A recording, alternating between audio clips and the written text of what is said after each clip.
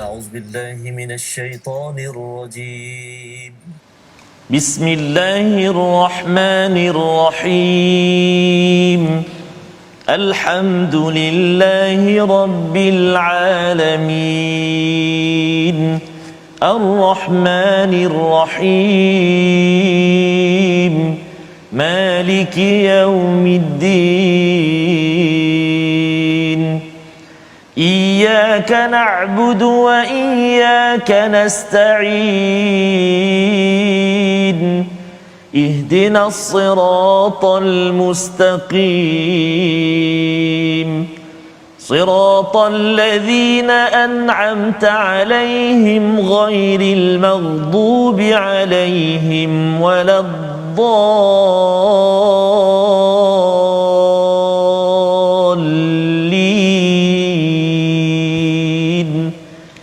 آمين. صدق الله.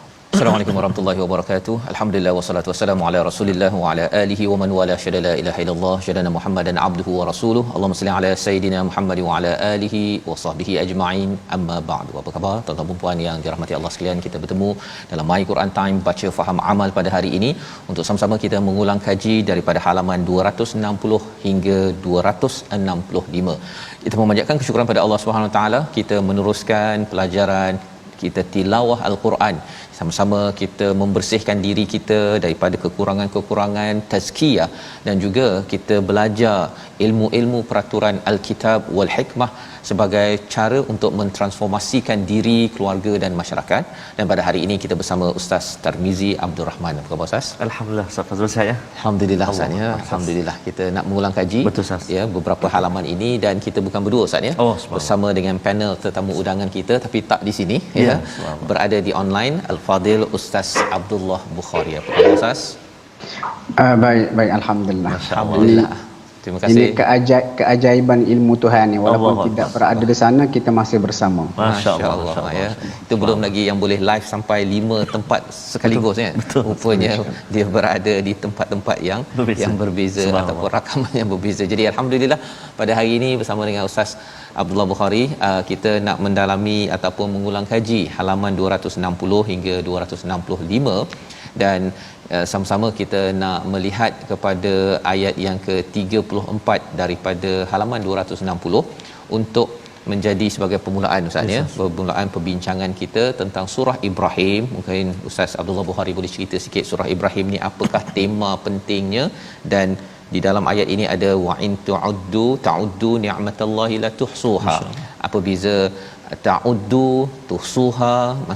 Nampak macam dua-duanya mengira. Betul. Ya, dan lebih daripada itu ni'matallah ini dieja dengan ta yang terbuka tersebut, tetapi kalau di tempat lain ni'mah itu dieja dengan ta marbutah Ustaz ya, ta yang bulat ada titik itu. Jadi kita baca ayat 34 bersama tuan-tuan yang berada di rumah, adik-adik yang mungkin hari ini dah tak ada kelas ya, hari Sabtu ya. Jadi silakan untuk kita buka halaman 260 ayat 34 bersama Ustaz Tarmizi. Terima kasih Al-Fatihah Ustaz Fazrul Ismail, juga tetamu undangan kita, ilmuwan kita pada saat ini yang bahagia Al-Fadhil Ustaz Abdullah Bukhari Abdul Rahim. Mudah-mudahan senantiasa dalam rahmat dan perlindungan Allah Subhanahu Wa Taala. Tak lupa kepada tuan-tuan dan puan-puan sahabat-sahabat Al-Quran yang dikasihi Allah Subhanahu Wa Taala.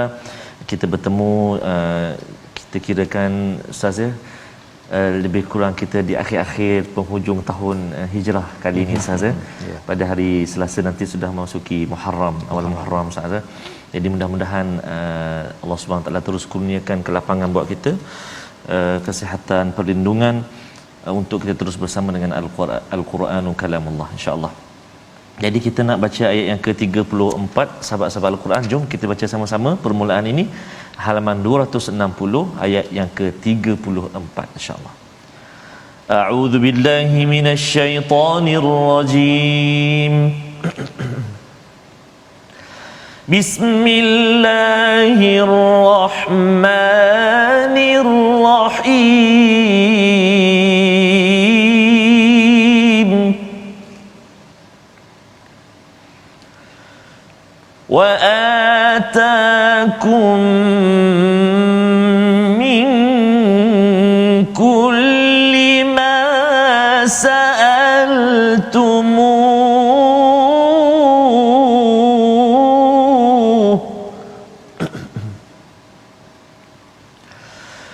وإن تعدوا نعمة الله لا تحصوها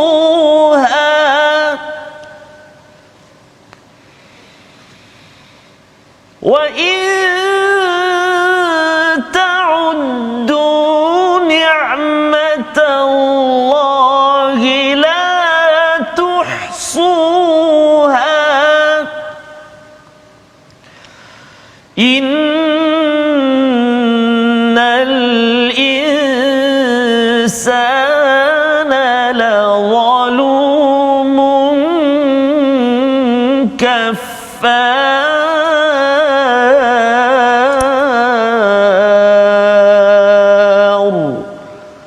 صدق الله العظيم. Surah Al-Azim daripada ayat 34 daripada surah Ibrahim, dan dia telah memberikan kepadamu segala apa yang kamu mohonkan kepadanya, dan jika kamu menghitung nikmat Allah, nescaya kamu tidak akan mampu menghitungnya. Sesungguhnya manusia itu sangat zalim dan sentiasa mengingkari nikmat Allah Subhanahu Wa Taala.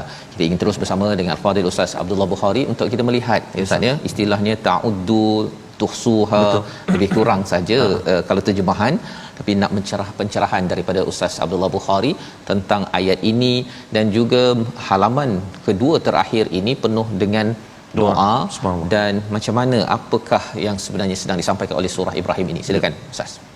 Okey, terima kasih kepada Ustaz Tarmizi kita, Ustaz Fazrul, dan semua sidang penonton yang setia bersama My Quran Time. Assalamualaikum warahmatullahi wabarakatuh.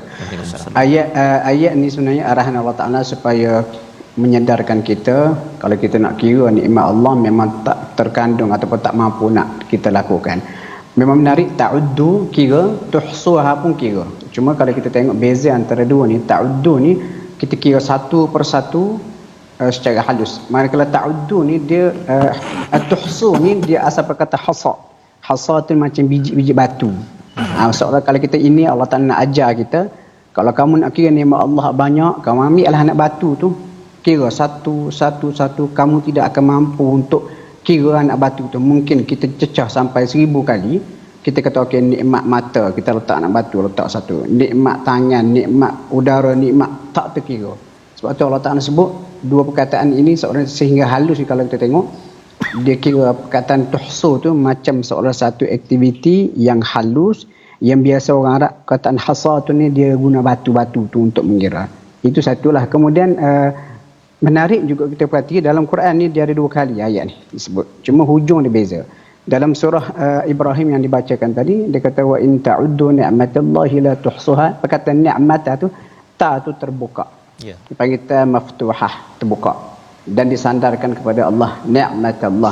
Tapi di hujungnya dia letak innal insana ladzalumun kafar. Sesungguhnya manusia itu sangat zalim dan juga kufur kepada Allah. Satu ayat lagi dalam surah An-Nahl ayat yang ke-18, surah yang ke-16 ayat 18, Allah Ta'ala sebut wa in ta'uddu ni'matallah. Tapi ni'mat ta pada perkataan ni'matallah itu ditutup, dipanggil marbutah, ta yang terikat, marbut terikat. Di hujung pula innallaha laghafurur rahim.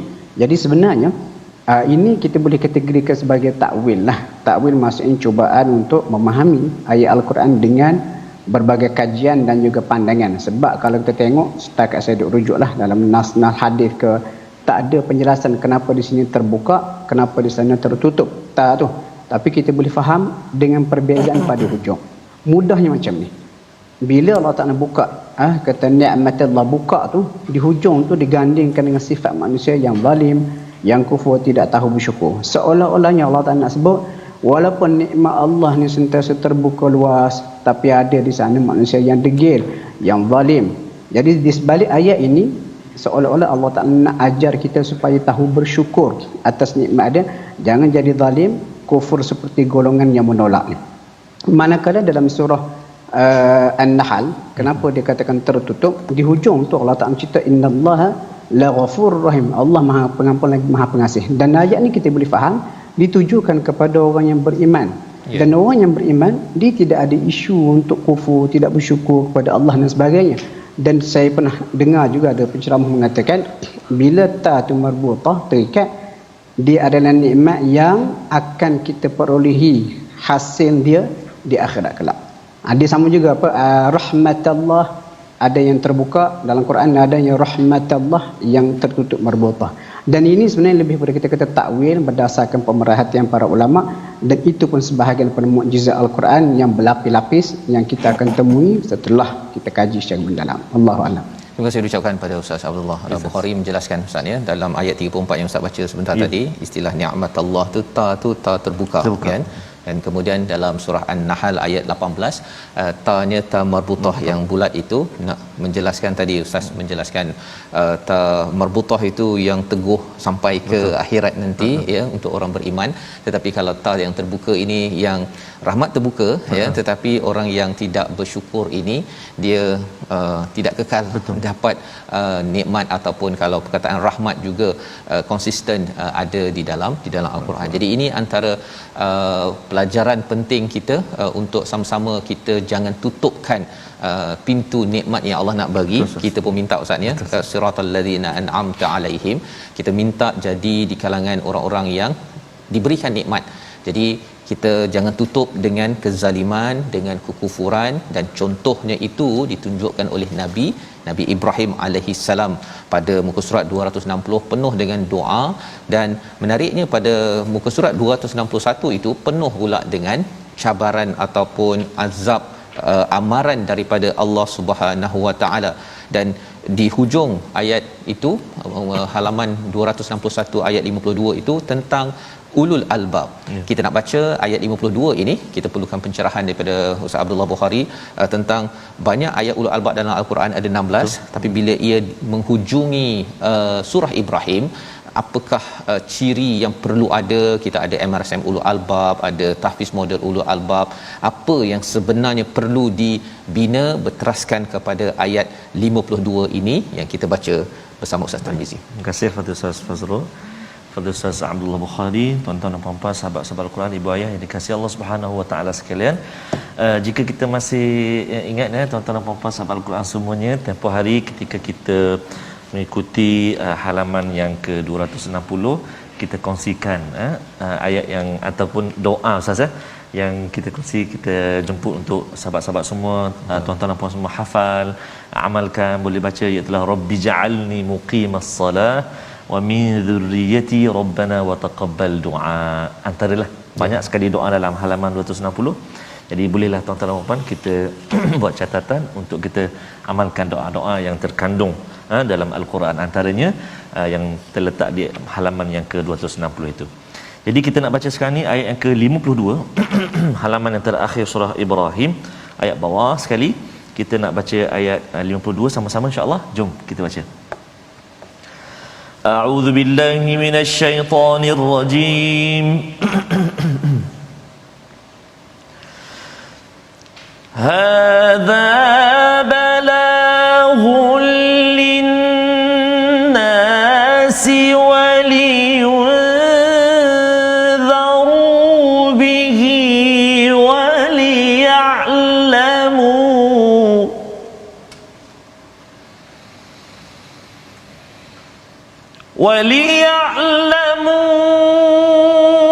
أنما هو إله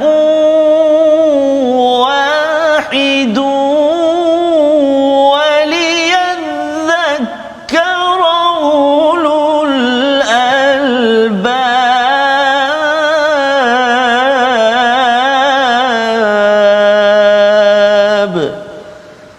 صدق الله العظيم.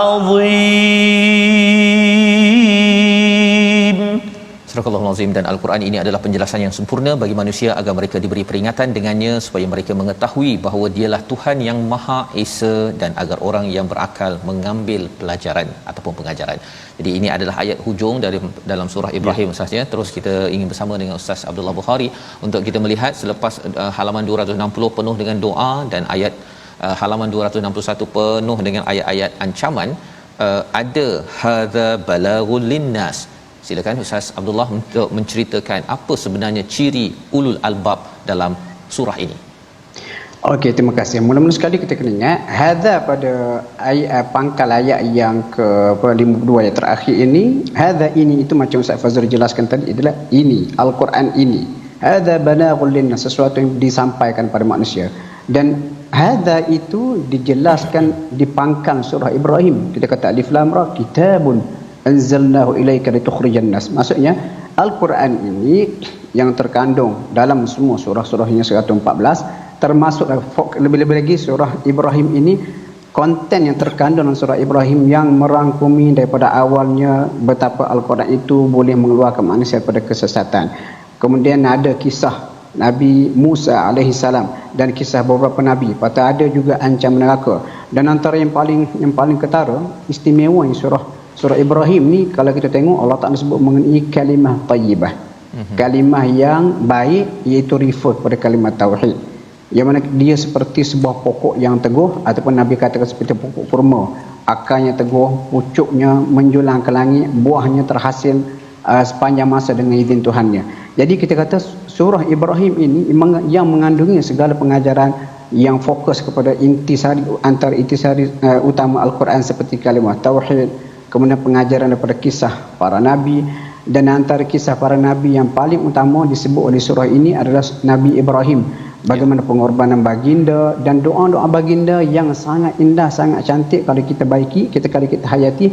Begitu juga di muka surat terakhir, ancaman-ancaman daripada Allah Subhanahu Wa Taala, seolah-olah kita nak kata hadza, ini apa yang disampaikan Allah dalam mesej pada surah Ibrahim yang merangkumi kisah umat lampau, merangkumi kepentingan Al-Quran, merangkumi doa-doa Nabi Ibrahim yang cantik, dan juga merangkumi ancaman-ancaman pada Allah Subhanahu Wa Taala.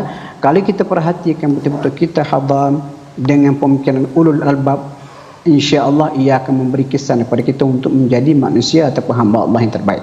Dan ulul albab, kalau kita perhati dalam Quran, macam Ustaz Fazrul sebut banyak tempat, tapi antara satu ciri ulul albab yang kita boleh kaitkan surah ini, iaitu orang yang mengambil iktibar, tadabbur pada ayat-ayat Al-Quran. Dan bila tadabbur pada ayat Al-Quran, walaupun pada sudut-sudut tempat-tempat surah-surah yang berbeza, manfaatnya besar untuk jiwa. Dan saya suka petik satu ayat dalam surah Al-Baqarah, ayat yang ke-269. Allah kata yu'til hikmata man yasha, dianugerahkan kebijaksanaan, hikmah. Antara satu maksud hikmah itu kefahaman Al-Quran yang mendalam.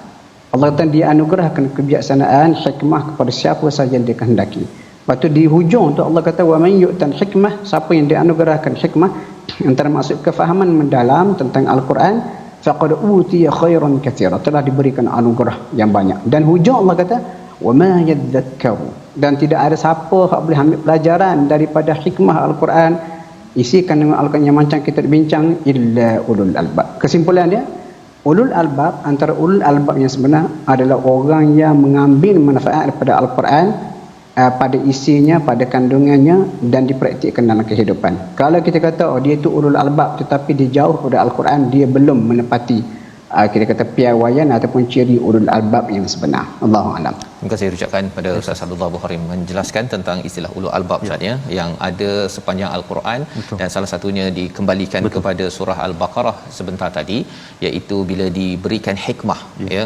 Dan hikmah ni, wisdom ini sebagai satu perkara yang amat diimpikan oleh ramai. Ada yang belajar ilmu falsafah, ada belajar sampai tinggi-tinggi untuk dinobatkan dengan hikmah, tetapi sebenarnya hikmah ini di dalam Al-Quran, sebagaimana Ustaz Abdullah Bukhari menyatakan tadi, sumbernya daripada Quran. Kerana Quran ini pun sendiri dalam surah Yasin, wal Quranil Hakim, yang bersifat bijaksana, daripada Allah yang Maha bijaksana, maka kita mampu untuk membuat keputusan, kita mampu untuk berfikir dengan panduan daripada wahyu Allah Subhanahu Wa Taala. Jadi ini pengakhiran surah Ibrahim. Betul. Kita nak masuk pada surah Al-Hijr untuk kita ulang kaji. Kita nak baca satu ayat yang berkaitan dengan penjagaan Al-Quran pada ayat nombor 9 ya. Dalam surah Al-Hijr ini. Maka kita baca dulu Ustaz. Silakan. Terima kasih kepada Ustaz Fazrul, Al-Fadhil Ustaz Abdullah Bukhari, dan tuan-tuan dan puan-puan sahabat Al-Quran yang dikasihi Allah SWT. Mari kita baca ayat yang ke-9 dalam permulaan surah Al-Hijr ini di halaman 262. A'udzu billahi minasyaitonir rajim. Inna نحن نزلنا الذكر وإنا له لحافظون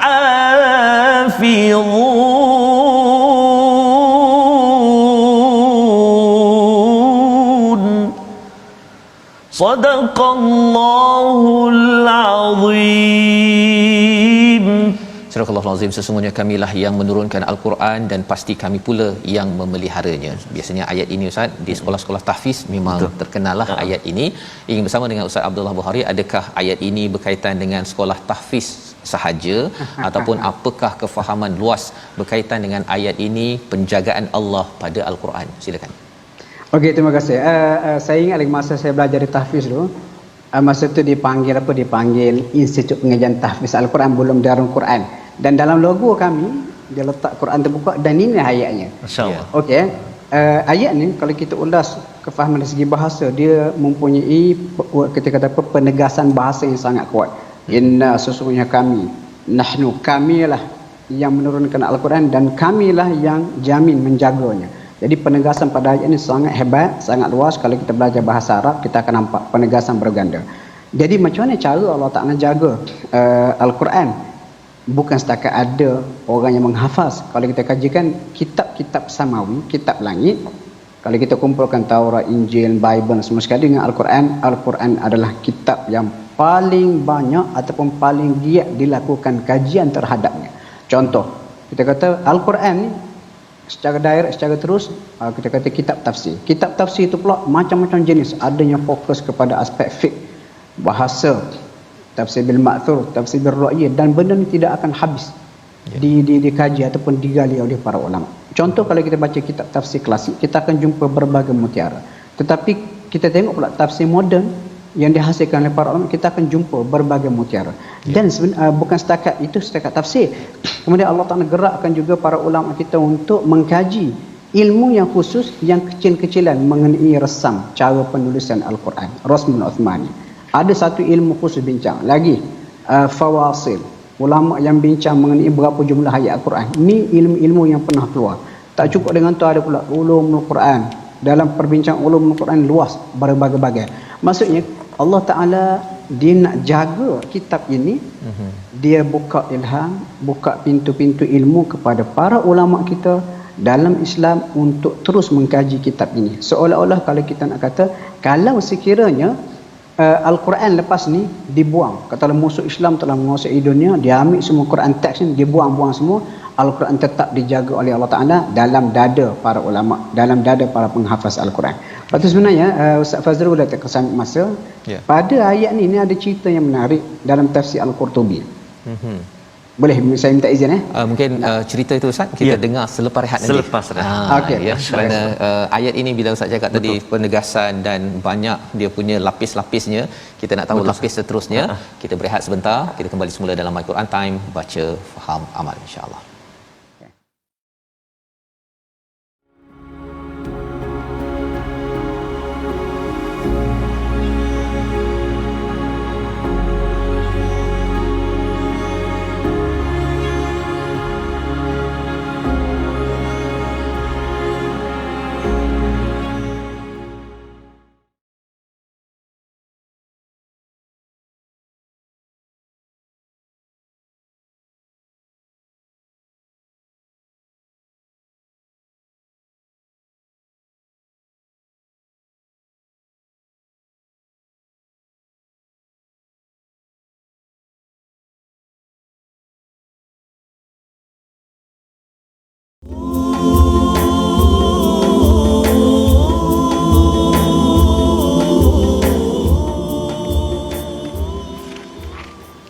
رب اجعلني مقيم الصلاة ومن ذريتي ربنا وتقبل دعاء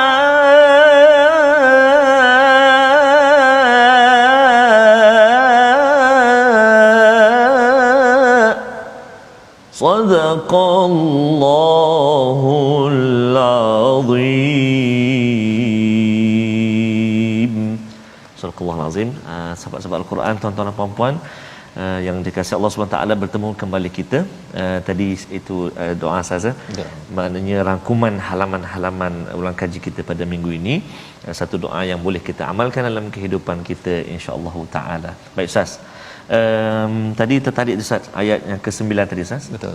Belum habis lagi nak menyambung, terus kepada soalan tadi Ustaz. Bagaimana Allah menjaga lapis demi lapis. Kalau katakan langit ini betul, ada berlapis-lapis, ada bintang dan pelbagainya. Allah menjaga alam fizikal kita ini. Rupanya tentang wahyu juga ada pelbagai cara Allah menjaganya. Kita ingin mendengar terus bersama Al-Fadhil Ustaz Abdullah Bukhari. Silakan Ustaz. Okey, terima kasih. Saya bawa satu kisah. Kisah ni dipetik oleh Imam Qurtubi dalam tafsir. Kalau baca Imam Tafsir Qurtubi, pada ayat ni dia bawa satu kisah yang sangat menarik dan luar biasa. Kisah ini berlaku pada zaman Khalifah Bani Abbasiyah. Khalifah tak saya Al-Ma'mun. Al-Ma'mun ni dia seorang khalifah yang sukakan ilmu pengetahuan. Jadi dia biasa buat majlis ilmu, macam kata grand majlis, macam kita buat Quran time ataupun kata Quran hour tu lah. Dan dalam majlis yang dilancarkan itu biasanya akan ada sesi diskusi dan pembentangan. Dalam sebuah majlis yang dianjurkan oleh khalifah, ada seorang pemuda Yahudi. Pemuda Yahudi dia bentangkan apa dia nak bentangkan, kemudian dia berhenti, dia tulis, dan cara dia bentang tu sangat mempesonakan, bahasanya indah, cantik, tulisan dia pun cantik.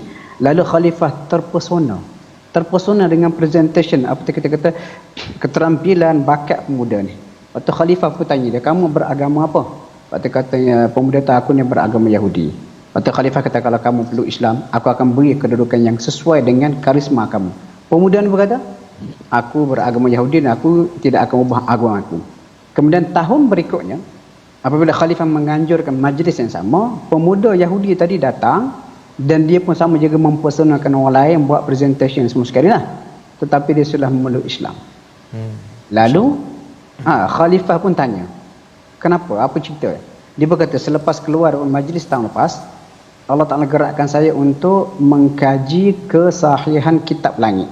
Saya, tuanku ingat ada Amirul Mukminin kata tahun lepas, bila saya tulisan saya cantik. Jadi dia buat apa? Saya gunakan tulisan tu, saya ambil kitab Taurat, saya salin 3 kopi, macam 3 chapter, 3 surah. Saya tulis dengan tulisan saya yang cantik, tetapi saya tambah ayat asal, saya buang, saya tambah, saya modify.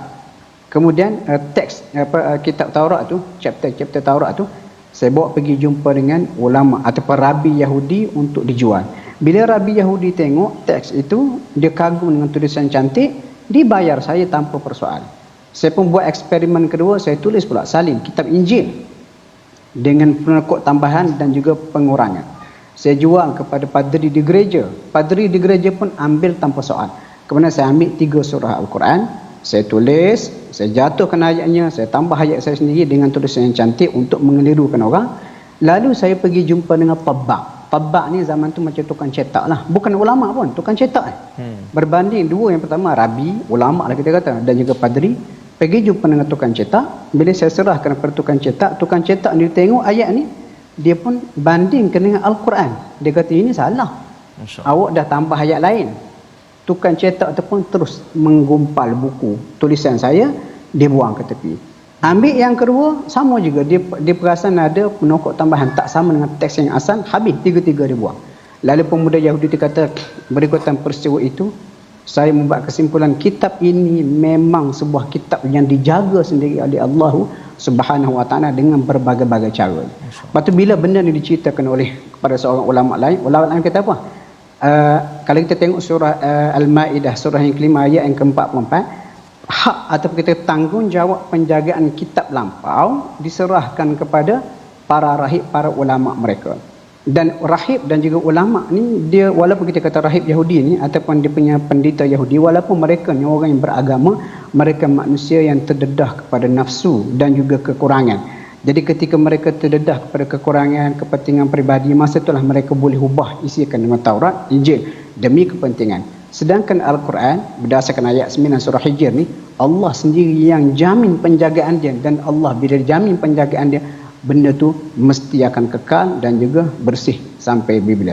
Ini antara contoh keajaiban kita kata Al-Quran yang dijamin sendiri penjagaannya oleh Allah Subhanahu Wa Taala. Katakanlah lepas lepas ni ada orang cuba nak sebar, nak rosakkan isi kandungan Al-Quran.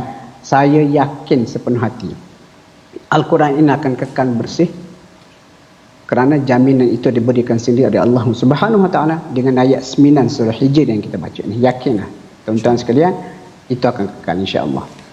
Baik, terima kasih ucapkan kepada Ustaz Abdul Hari. Kisah itu Ustaz ya amat menarik sebenarnya untuk kita melihat bagaimana Allah menghantar tentera-tenteranya ya untuk menjaga kepada kitab Al-Quran yang tuan-tuan yang kita baca sekarang ini. Kita ada pencetak, kalau tadi tabak kan yang mencetaknya, kalau di Malaysia ini kita ada Kementerian Dalam Negeri jaga, ustaz jaga, sana jaga untuk memastikan kalau ada titik yang ataupun baris yang tersilap je. Kalau tadi ustaz bercakap tentang waliyung zaru, kalau katakan tiba tertukar jadi waliyung ziru, masya-Allah, sudah tentunya adalah yang akan mengingatkannya, dan mungkin halaman ataupun mushaf itu akan dipanggil balik ataupun ditarik balik kerana apa? Tersilap baris tersebut ya. Dan ini bukanlah milik manusia, kerana kalau milik manusia Ustaz ya, kadang-kadang orang tu tengok dia tak nampak pun waliyung zaru dengan waliyung ziru lebih kurang kot kan, ataupun yang sedar tetapi mungkin dia tak kisah pun nak pergi report ke, tak payah ke, tetapi kerana ini adalah janji Allah, jadi kita kalau boleh jadilah ejen-ejen yang menjaganya yang diizinkan oleh Allah Subhanahu Wa Taala. Bercakap tentang penjagaan ini, kita ingin teruskan pada halaman 263. Allah membawakan kepada kita pelbagai bukti-bukti kehebatan Allah yang menjaga alam maya pada ini. Kita nak baca daripada ayat yang ke-22 halaman 263 untuk kita melihat salah satu ejen yang Allah jaga, namanya adalah angin. Kita baca ayat 22 Ustaz. Baik, terima kasih Al-Fadhil Ustaz Fazrul yang dikasihi dan dihormati Al-Fadhil Ustaz Abdullah Bukhari, khususnya tuan-tuan dan puan-puan, ibu ayah, nonton semuanya. Kita nak melihat ataupun nak baca sama-sama sekarang ini ada ayat yang ke-22 Ustaz di halaman 263. Mari kita baca sama-sama insya-Allah ayat yang ke-22. A'udzu billahi minasyaitonir rajim.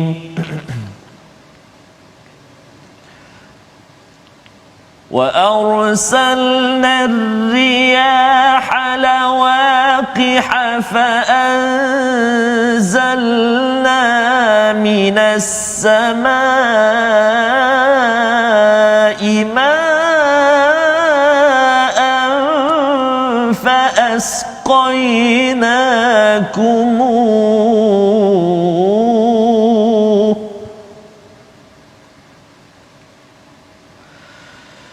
وما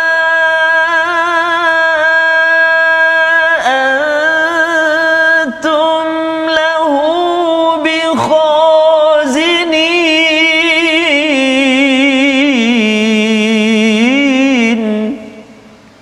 صدق الله العظيم. Dan kami telah meniupkan angin untuk mengahwinkan, dan kami turunkan hujan dari langit, lalu kami berikan kamu minum dengan air itu, dan bukanlah kamu yang menyimpannya. Ada banyak perkataan tetapi ini berkaitan dengan air, tentang angin. Mungkin Ustaz Abdullah Bukhari boleh ceritakan dalam konteks surah Al-Hijr ini, air, angin diberi perhatian. Kemudian lepas itu ayat 23 formatnya lebih kurang macam tadi Ustaz ya. Tapi tadi nazalna, tapi ini wa inna lanahnu nuhyi, kemudian wa numitu wa nahnul muwarithun. Silakan Ustaz. Okey, terima kasih ya.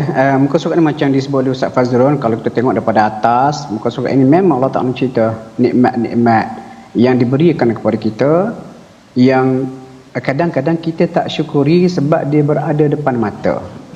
Jadi kadang-kadang nikmat yang ada ni perlu kita perhati dan kita tengok, kita recall balik, ingat balik supaya kita lebih bersyukur pada Allah Subhanahu Wa Taala. Dan macam ayat ni Allah kata antara satu nikmat dia adalah riyah, angin. Okey tuan-tuan para pembaca Al-Quran semua, dalam ni gaya bahasa Al-Quran. Dia dalam bahasa Arab rihun singular, maksudnya satu angin. Kalau riyahun banyak angin. Dalam penggunaan Al-Quran, kalau Allah Taala datangkan dengan singular ataupun tunggal, contoh rihun biasanya dia menceritakan angin buruk, angin pemusnah. Tetapi kalau datang dengan kata jamak ataupun kata ramai, plural, riyah seperti ini, dia menunjukkan angin yang baik. Dan dalam ayat ni Allah Taala sebut banyak nikmat dia, tapi antara satu nikmat yang kadang-kadang kita tak syukuri sebab kita tak perhati.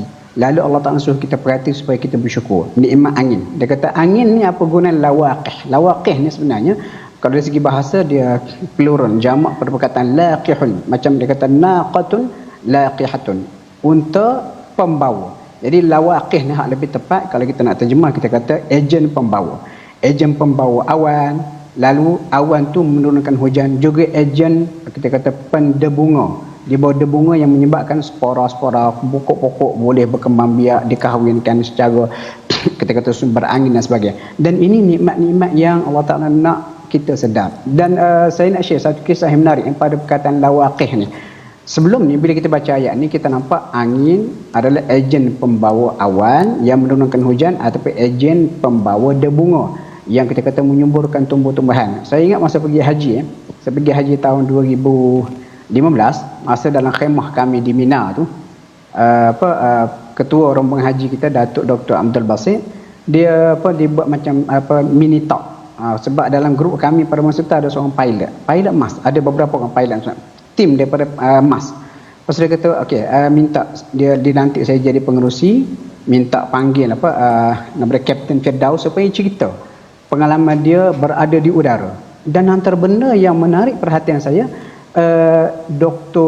Kapten Firdaus dia cerita apa? Dia cerita mengenai angin.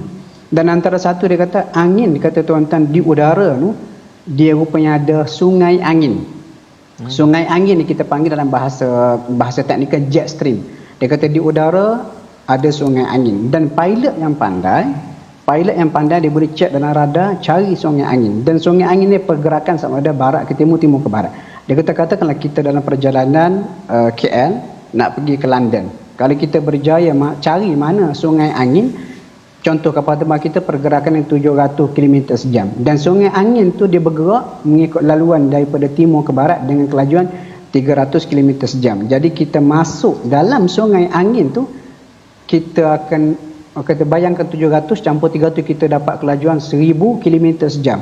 Dan dengan kelajuan itu macam kita kata naik basikal turun bukit. Jadi kita tak perlukan tenaga, kita sampai dengan lebih cepat. Bila dia sebut cerita tu, saya pun terlintas ayat ni.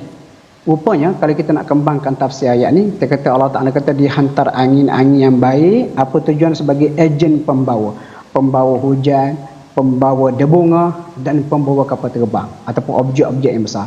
Ini antara contoh kelebihan kita kata Al-Quran. Bagaimana Al-Quran ni dia sentiasa terbuka untuk kita kata dengan tafsiran-tafsiran baru, asal sahaja dia masih berada pada akar yang sama. Kemudian ayat berikutnya kenapa disebut kami mematikan selepas dia cerita segala nikmat-nikmat ni, supaya manusia hak perhati nikmat ni sedar dengan kebesaran Allah yang beri segala nikmat ini, sedar kita ini macam mana sekalipun satu hari nanti kita akan mati, menghadap ataupun bertemu dengan Allah. Dan semasa di dunia dahulu sejauh mana kita gunakan nikmat ini sesuai dengan kehendak Allah yang memberikan segala nikmat itu. Pendek kata tuan-tuan, kalau kita baca tafsirkan ayat di muka surat ni, kita akan dapat berbagai kisah yang menarik. Allahu a'lam. Terima kasih ucapkan pada Ustaz Abdullah bercerita tadi tentang angin Ustaz ya. Rupanya ada sungai angin, jet stream ya. Maksudnya bawa awan ya, bawa debunga, bawa kapal terbang ya. Maksudnya kalau ar-riyah ini dan lawaqih itu jamak plural, maksudnya banyak lagi ini fungsi angin yang kita mungkin tak tahu. Kena tanya pada pakar-pakarnya. Mungkin yang bahagian signal satelit ke, mereka boleh pula cerita tentang satelit, tentang pasal kadang-kadang kita kalau dekat rumah Ustaz ya, kadang-kadang kalau kita lalu kat satu-satu kawasan tu internet ni tak dapat. Contohnya kan, pasal dia melibatkan kepada pengaliran udara, angin dan sebagainya yang boleh nanti kita dengar daripada tokoh-tokoh yang bersama hari ini yang mendengar dalam My Quran Time untuk kita lebarkan. Tapi yang pastinya ini sudah dimaktubkan di dalam Al-Quran untuk kita ambil pelajaran bersama agar kita dapat pergi ke daerah yang pasti, harapnya diizinkan ke syurga Allah Subhanahu Wa Taala. Menggunakan nikmat ini Ustaz ya, menggunakan nikmat ini di dunia ada cabaran. Kita nak baca salah satu daripada realiti di syurga ya. Di dunia ada cabaran, tapi di syurga nanti Allah cakap pada ayat 47 kita nak baca dan nanti Ustaz Abdullah boleh ceritakan sikit apa yang special tentang syurga ini. Silakan. Betul. Terima kasih kepada Ustaz Fazrul, kepada Ustaz Abdullah. Khususnya tuan-tuan dan puan-puan yang dirahmati Allah Subhanahu Wa Taala sekalian, kita melihat sekarang ni ayat yang ke-47, halaman yang ke-264. Menarik ayat ni, tak sabar nak berkongsi nak tahu apa maksud ataupun penerangannya. Mari kita baca dulu ayat yang ke-47. A'udzu billahi minasyaitonir rajim. ونزعنا ما في صدورهم من غل إخوانا على سرر متقابلين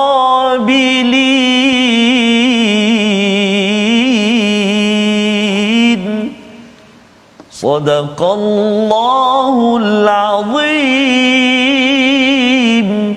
Surah Al-Azim. Dan kami lenyapkan segala rasa dendam yang ada dalam hati mereka. Mereka menjadi bersaudara duduk berhadap-hadapan di atas singgah sana. Ini adalah penerangan tentang syurga selepas Allah menyatakan udkhuluha bisalamin aminin. Masuklah dengan kesejahteraan, dengan keamanan. Tetapi diberikan ayat 47 Ustaz, dicabutkan. Apa yang dicabutkan ni Ustaz? Silakan. Okey, nazak macam kita ketahui dia tu sedang nazak tu. Apa kata nazak ni cabut macam habis hilang dengan akar-akar sekali. Ya.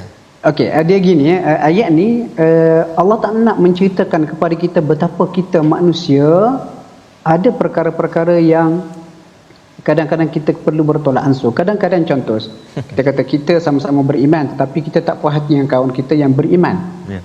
Kadang-kadang mungkin kita kata awak tak puas hati dengan kawan awak, ada sedikit dendam kerana kesilapan, ini akan menghalang awak ke syurga. Tak semestinya. Sebab syurga ni boleh dicapai dengan usaha kita. Dan kadang-kadang dalam hati kita, macam contoh modal, Rasulullah sudah memaafkan Wahsy yang membunuh Hamzah.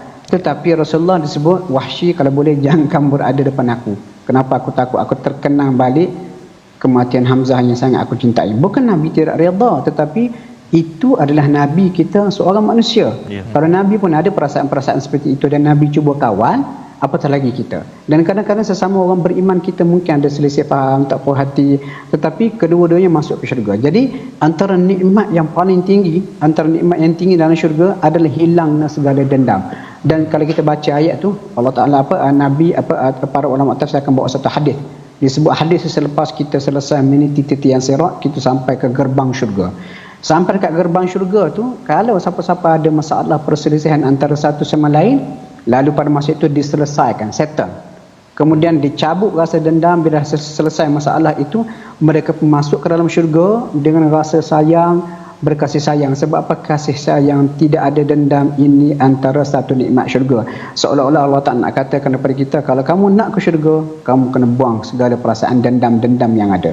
Dan ayat ini ada kisah dia selepas perang Jamal. Perang Jamal ni perang yang berlaku antara dua kelompok sahabat Nabi, Sayyidina Ali dengan Aisyah, dan juga Talhah dan juga Zubair bin Al-Awwam. Kalau kita perhati, pada zaman Nabi mereka ni akrab, rapat, tetapi oleh kerana perselisihan yang berlaku, ada cita-cita, ada caputan orang politik, orang munafik dan sebagainya, berlaku perang. Pihak Sayyidina Ali telah bertempur dengan pihak Aisyah, dan dalam perang itu malangnya sahabat Nabi antara 10 dijamin syurga, Talha bin Ubaidillah dan juga Zubair Al-Awwam telah mati dibunuh ataupun mati terbunuh. Dan saya baca dalam sebuah riwayat, Sayyidina Ali selepas dia tengok perang itu selesai, dia tengok jenazah Talha, sahabat Nabi yang sama-sama memperjuangkan Islam di awalnya semasa di Mekah, jatuh bergelimpang. Lalu dia pun pergi peluk. Dia kata, aku sedih dengan kematian kamu. Kemudian nak jadi ke cerita, selepas perang Jamal tu reda, dalam majlis Sayyidina Ali masuk anak lelaki kepada Talha bin Ubaidillah yang baru terbunuh pihak yang melawan dia. Lalu Ali pun panggil anak Talha ni, dia kata, "Meh duduk sini." Dia kata, apa khabar keluarga kamu? Kalau ada apa-apa bantuan yang kamu perlukan, menyatakan kepada aku. Aku sangat berharap supaya aku dan ayah kamu kelak di akhirat seperti yang disebut oleh Allah dalam ayat ni. Lalu dia membaca ayat ni, wa naza'na, dan kami cabut segala rasa dendam yang ada dalam hati mereka, diganti dengan sifat persaudaraan mesra, saling menghadap dalam syurga kelak. Maksudnya kesimpulan saya boleh katakan, antara satu nikmat yang Allah Ta'ala berikan kepada ahli syurga, hilang rasa dendam. Jadi kalau untuk kita rasa lebih awal nak ke syurga, kita buang dendam daripada dunia lagi. Dan itu sudah pasti perkara yang sukar tetapi tidak mustahil untuk dilakukan. Allah. Terima kasih diucapkan kepada Ustaz Abdullah Bukhari. Kita doa kepada Allah SWT agar kita ambil preview syurga Ustaz ya, dengan kita preview. cuba cabut sikit-sikit kalau tak terus ya, kalau ada sesuatu yang rasa tak selesa dengan rakan-rakan kita dalam kita menyampaikan kebaikan, adalah perbezaan-perbezaan pendapat, moga Allah izinkan kita bersama Ustaz. Kita berdoa di hujung ini Ustaz agar kita dicabut dan diberikan anugerah ini insyaallah.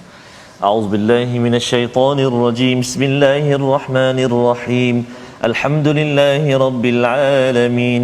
Wassalatu wassalamu ala asyrafil anbiya'i wal mursalin wa ala alihi wa sahbihi ajma'in. Allahumma salli ala sayyidina Muhammadin wa ala ali sayyidina Muhammad. Ya Allah, ya Tuhan kami, ampunkan dosa-dosa kami, ya Allah. Ampunkan dosa ibu dan ayah kami, ibu dan ayah mertua kami, ya Allah. Muslimin dan muslimati birahmatika, ya arhamar rahimin. Ya Allah, ya Tuhan kami, hiasi kami, kehidupan kami dengan sifat-sifat mahmudah, sifat-sifat yang terpuji.